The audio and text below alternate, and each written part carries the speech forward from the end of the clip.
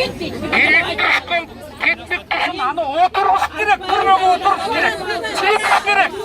Milyoner gibi.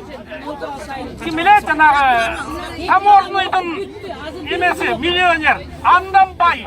Evet yakta 4 etaş kıl iş alıp atar deputatlar. Bildiniz mi? Abdan bay katın. Al не только ketsin emez. Hani oturuş gerek. Oşoğa çeyin barabız. Bizden gelegen oşul.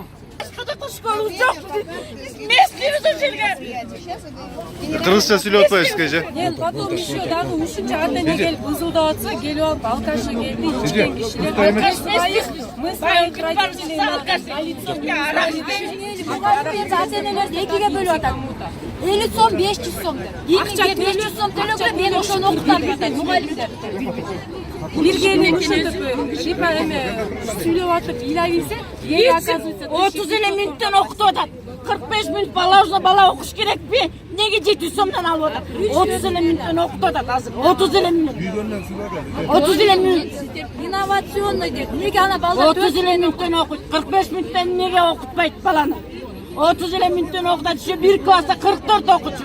Батпай эпте отуруп окуйт. 700 сомдо очукту мына. Башында биз акча төлөп эле окутчубуз. Месинде 100 сомдон башталды. 100 сомдон баарыбыз түрк, орус, спецзаводчукка чыгып школго келдик.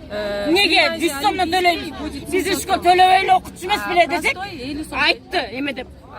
Болду эми 100 сомдон көтөрүлбөйт. 100 сомдон төлөйсүңөр деп. Эми мына 700 сомго чыкты эже.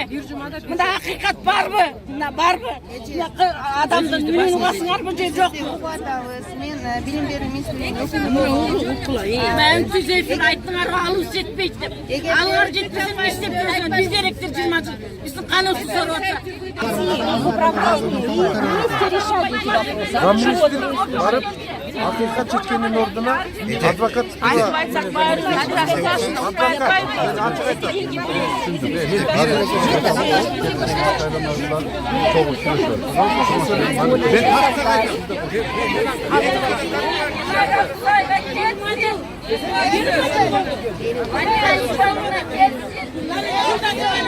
Advokat